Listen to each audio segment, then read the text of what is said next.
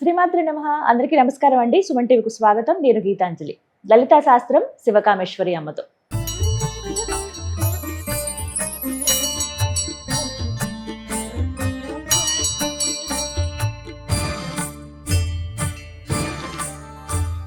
చాలా మంది ఎన్నో ప్రశ్నలు అడుగుతున్నారు. వారికి ఉన్నటువంటి సమస్యల గురించి చెబుతున్నారు.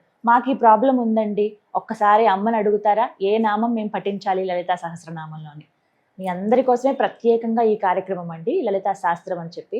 అమ్మవారికి ఉన్నటువంటి అనేకమైన నామాల్లో విశేషమైనటువంటి కొన్ని నామాలు మనకున్నటువంటి సమస్యల్ని ఎలా తీరుస్తాయో చాలా చక్కగా వివరిస్తూ వస్తున్నారు శివకామేశ్వరి అమ్మ. మరి ఇవాళ అమ్మతో మాట్లాడి మనకున్నటువంటి సందేహాలు, సమస్యల్ని అమ్మవారి నామాల ద్వారా ఎలా నివృత్తి చేసుకోవాలో, ఎలా అమ్మవారి నామాన్ని మనం జపం చేసుకోవాలో తెలుసుకుందాం.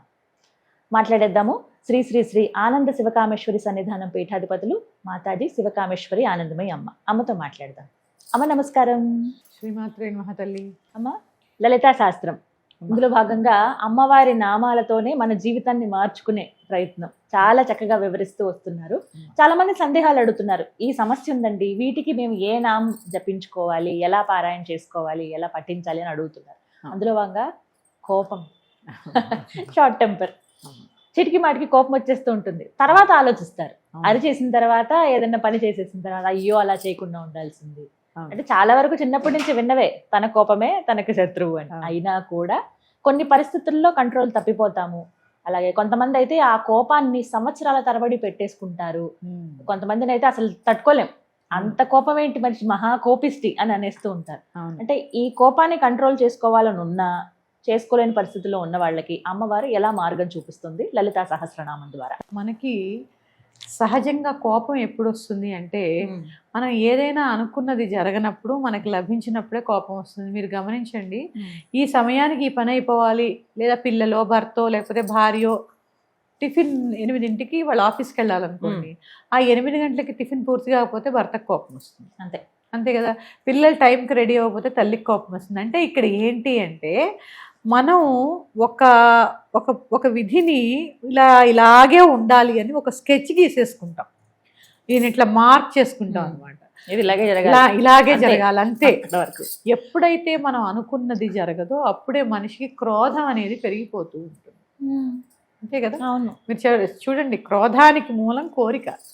ఆ కోరిక ఎప్పుడైతే మనకి నెరవేరదో కోపం వచ్చేస్తుంది. వంట సరిగ్గా చేస్తున్నాం, కూర బాగా కుదరలేదు అనుకోండి, అబ్బే ఈరోజు ఎంత చేసినా రావట్లేదని ఒక చికాకు వస్తుంది. అంటే ఏదైతే మన కోరిక, ఆ ఎక్స్పెక్టేషన్ రీచ్ అవ్వలేమో అప్పుడే మనిషికి కోపం అనేది చాలా ఎక్కువ వస్తూ ఉంటుంది. అది షార్ట్ టెంపర్. అంటే ప్రతిదానికి అనుకున్న ప్రతి ఒక్క ఎక్స్పెక్టేషన్ పెట్టుకుంటారు అనమాట, ఇది ఇట్లానే ఉండాలి అని. అది జరగనప్పుడు వెంటనే కోపం వస్తుంది. పిల్లల మాట వినాలి, ఆఫీస్లో వాళ్ళందరూ మాట వినాలి, ఇట్లా ఒక గిరి గీసుకుంటాం. అప్పుడే కదా కోపం వచ్చింది. దీని నుంచి ఎలా బయటపడాలి అనే దాని గురించి తెలుసుకుందాము. క్రోధాకారం కుశోజ్వల అనేటటువంటి నామాన్ని సాధన చేయడం ద్వారా మనం ఈ కోపాన్ని నుంచి బయటపడచ్చు. అసలు ఈ నామం యొక్క విశిష్టత తెలుసుకున్న తర్వాత దీన్ని ఎలా సాధన చేయాలో తెలుసుకుందాం. తప్పకుండా. కోపము యొక్క పరాకాష్టే క్రోధము. చూడండి, కోపం పెరిగిపోయే కొద్దీ ఆ పరాకాష్ఠకి చేరేసరికి క్రోధం అయిపోతుంది. ఈ క్రోధం ఎలా ఉంటుంది, కొంతమందికి చల్లారిపోతే కొందరికి ద్వేషం కింద మారుతూ ఉంటుంది. నిజమమ్మా, అలా అది చెప్తున్నా కదా, ఇలా పెట్టేసుకుంటారు, ఏళ్ల తరబడి మనసులో అలా ఉండిపోతుంటుంది. ఇప్పుడు దీనివల్ల ఎవరికి నష్టం, ఎదుటివాడికి నష్టమా, ఈ ద్వేషం పెంచుకున్న వాడికి నష్టమా అనేటటువంటి ఆ సన్నని గీతని ఆలోచించగలిగిన రోజు మనిషి, ఎందుకంటే ఇక్కడ విజ్ఞతని కోల్పోతాడు. కోపంలో ఏం చేస్తాడు అంటే, ఏ 72,000 నాడులు పనిచేయు. విజ్ఞతని కోల్పోయి నోటికి ఎంత వస్తే అంత మాట్లాడుతూ ఉంటారు. ఎంత ఉపాసనలో ఉన్న శాపనార్థాలు పెట్టేస్తూ ఉంటారు, రకరకాల శాపనార్థాలు పెడతారు. అంటే అలా కూడా చూస్తే ఆశ్చర్యం అనిపిస్తుంది చాలా మంది. సొంత పిల్లల్ని కూడా శాపనార్థాలు పెట్టే వాళ్ళు ఉన్నారు. ఆ క్రోధం అంటే, ఈ కోపం కాస్త వాళ్ళకి ఏమవుతుందంటే, వీళ్ళ ఎక్స్పెక్టేషన్కి ఆ పిల్లలు రీచ్ కాలేదో, ఈ పిల్లల ఎక్స్పెక్టేషన్కి ఆ తల్లిదండ్రులు రీచ్ కాకపోతేనో, అది బంధువులైనా సరే, కోపం కాస్త ఏమైపోతుంది, క్రోధం కింద మారిపోతుంది. ఎప్పుడైతే ఈ కోపము క్రోధం అనేది పర్యాయ పదాలు, రెండు పక్క పక్కనే ఉంటూ ఉంటాయి. ఇది ఒక రకంగా చెప్పాలంటే మనం మనసుతో చేసే వ్యాపారమే కోపం. అంతే కదా, ఇప్పుడే చెప్పాను, ఎక్స్పెక్టేషన్, కోరిక, అవును. నీకు అవి- కావాలి అనేటటువంటి కుదరకపోతే- వ్యాపారం. దేవుడి మీద కూడా కోపం వస్తుంది. ఎప్పుడు కొందరు అంటూ ఉంటాడు, అసలు దేవుణ్ణి కూడా నేను ప్రశ్నించాను అంటూ ఉంటారు. అక్కడ నువ్వు చేసిన కర్మ ఏంటి అనేది ఆలోచించు. ఎందుకు నువ్వు అడిగిన పని చేసి పెట్టలేదు కాబట్టి దేవుడు అంటే కోపం కోపం వచ్చేసింది. కోపం వచ్చేసి ఈ అది కోపం జరిగేది. కాస్త క్రోధం కింద మారినప్పుడు మనకి దుష్టులకి ఏం చేస్తూ ఉంటుందంటే, ఈ క్రోధం అనేది ఒక రూపం అంతే కదా. కోపం అనేది ఇట్లా కోపం వచ్చినట్టు కళ్ళు ఎర్రగా అవుతాయి. ఇప్పుడు అష్టమి చంద్ర విభ్రాజ దళికస్థల శోభిత అని అనుకున్నాము. అమ్మవారి యొక్క నుదురు అష్టమి చంద్రుని వల్లే భాసిల్లుతూ ఉంటుంది. ఎందుకని? ఆవిడ కోపమే లేదు కదా, ఎప్పుడు ఇలా ముకులించి ఉండదుగా, ఎప్పుడు నవ్వుతున్నప్పుడు ఎలా ఉంటుందో అలాగే ఉంటుంది. అంటే అక్కడ అర్థం చేసుకోవాల్సింది, ఆవిడ ఏ స్థితిలో అయినా స్థితప్రజ్ఞతగా ఉంటుంది, ఆవిడకి కోపం అనేది లేదు. ఇక్కడ అదే మనం గ్రహించాలి. అసలు అంటే అమ్మవారి యొక్క అంకుశమే జ్ఞాన రూపము. పాశంలో కొట్టుకుపోయి కోపతాపాల్లో మునిగిపోతున్నటువంటి మనకి ఆ పాశం ఏమవుతుంది అంటే జ్ఞాన రూపంగా చూపిస్తూ ఉంటారన్నమాట. అందుకని క్రోధం అనేది తపస్సుగా మారినప్పుడు అది ఏమవుతుంది, భవిష్యత్తు లభిస్తుంది. ఎట్లా, ఒక కోపం ఎట్లా రావాలి, ఏదైనా సాధించాలనేటటువంటి క్రోధం కావాలి. అదే ఈ పని చేయాలి, కసిగా చేయాలి, అక్కడ రావాలి, నేను సాధించాలనే పట్టుదల రావాలి. అంతే తప్ప ప్రతి కోరిక నీకు నెరవేరకపోతే వచ్చే కోపం వల్ల మనిషి చాలా వరకు నిర్వీర్యం అయిపోతూ ఉంటారు. కోపంలో తీసుకునే ఆలోచనలు కానీ నిలకడగా ఉండవు. అందుకని ఇలాంటి స్థితుల నుంచి బయటపడడానికి అమ్మ బాంధవ్యాలు కూడా బీటలు వారిపోతాయి దీనివల్ల. ఎందుకంటే కత్తి కన్నా పదులైనది నాలిక. మాట దెబ్బ తగిలిందనుకోండి, ఆయింట్మెంట్ రాసో డాక్టర్ దగ్గరికి వెళ్ళో ఏదైనా మందు రాసుకుంటే నయమైపోతుంది. కానీ కొన్ని మాటలు హృదయాన్ని తాకాయి అనుకోండి, అసలు ఎప్పటికీ మర్చిపోలేమమ్మా. అనుకుంటాం, మనకి మనం మర్చిపోయినట్టు నటిస్తూ ఉంటాం.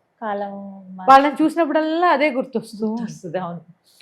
దానివల్ల ఏమవుతుందండి, ఈ మాట ఈ మనిషికి తాకి కొంత కోపం ఏర్పడుతుంది కదా, వీళ్ళకి కూడా క్రోధం ఏర్పడుతుంది. వాళ్ళంటే న్యూటన్స్ లా ఆపోజిట్ రియాక్షన్ అన్నట్టు ఇట్లానే అయిపోతున్నాయి బాంధవ్యాలు కూడా. మాట పెంచుకోవడము. ఎందుకంటే సెల్ఫ్ రెస్పెక్ట్కి ఈగోకి ఉండేటటువంటి ఆ సన్నని ఆ దారం లాంటి తేడాన్ని తెలుసుకోకూడదు. వీటన్నిటి నుంచి ఎలా బయటపడాలి? లలితా సహస్రనామంలో ఓం అనే నామాన్ని మనం తీసుకుని, ఓం క్రోధాకార అంకుశోజ్వలాయై నమో నమః. అద్భుతమైన నామం. సాధన చేయండి చక్కగా.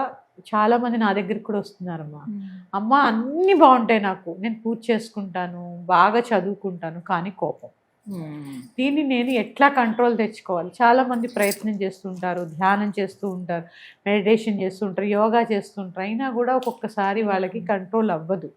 అట్లాంటి వారు చక్కగా మీ యొక్క నక్షత్రాన్ని బట్టి తారాబలం చూసుకుని ఒక మంచి ముహూర్తం చూసుకొని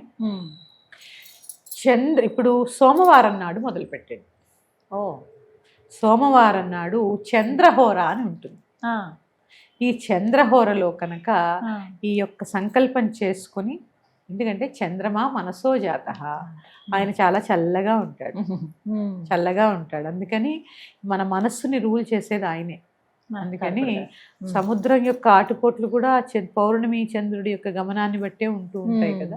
ఆటుపోట్లు లేకుండా ఈ సోమవారం నాడు చంద్రహోరలో మీ తారాబలం చూసుకుని ఆ రోజు చక్కగా ఈ యొక్క పూజ, అమ్మవారి యొక్క షోడశోపచార పూజలు చేసుకొని అమ్మవారికి పాలతో చేసినటువంటి పదార్థాలను నివేదన చేసి, ముఖ్యంగా పాలకోవా కానీ ఇట్లాంటి పదార్థాలు నివేదన చేసి, ఎప్పుడు పరవాణం చెప్తూ ఉంటాను కదా, అలా కాకుండా పాలకోవా, పాలతో చేసినటువంటి పదార్థాలని నివేదన చేసి దాన్ని ప్రసాదంగా స్వీకరించండి. తర్వాత ఈ మొత్తం సహస్రనామం చేసుకుని ఈ నామాన్ని ఓం క్రోధాకారాంకుశోజ్వలాయై నమో నమః అనేటటువంటి నామాన్ని చక్కగా భక్తిగా మీరు చేయడం ద్వారా చక్కగా శాంతి కలుగుతుందమ్మా. ముందు మనస్సుకి శాంతి కలుగుతుంది. ఎందుకంటే మనసులో సాధనా బలం పెరుగుతుంది. ఈ నామాన్ని చేయడం ద్వారా సాధనా బలం పెరుగుతుంది. అంటే